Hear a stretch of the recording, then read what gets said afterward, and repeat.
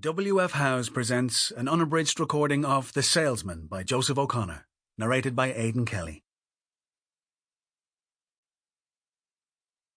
Part 1. Prologue.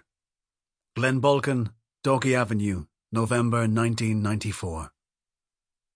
When I open up my diary for those terrible months at the end of last year, my love, I see once again that the first time I ever laid eyes on Donal Quinn was that October morning in court number 29 of the Four Courts, when the air reeked of mildew and dusty old leather-bound books. I was surprised when he came in. I suppose I must have thought that people would at least look up and fall silent when the three guards led him in and brought him up to the dock. But they didn't. They just kept right on talking, the clerks and solicitors passing papers and thick folders to one another, the chuckling senior counsel for the defence unfolding a paperclip with his teeth, the cops around the court softly laughing and nudging, or strutting about in a businesslike manner as though trying to get themselves noticed by somebody important. In he came, bold as you like, with the air of a man who owned the place and was not about to sell. The burly men in dark uniforms around him more like some royal retinue than prison officers. Father Shawnee put his fingertips on the back of my wrist, told me to try and be calm. I think the first thing that struck me about him as he climbed the steps to the dock was his smallness. He had tiny hands and dainty, elegant feet.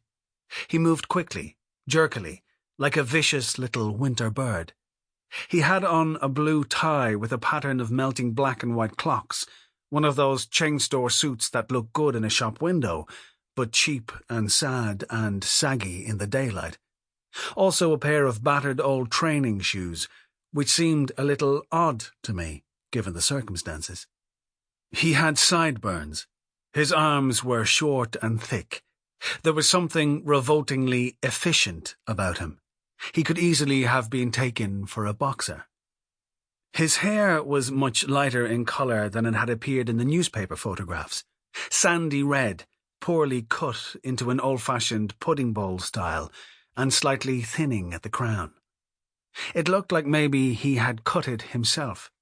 He showed very little interest as the other three accused were marched up and put into the dock beside him.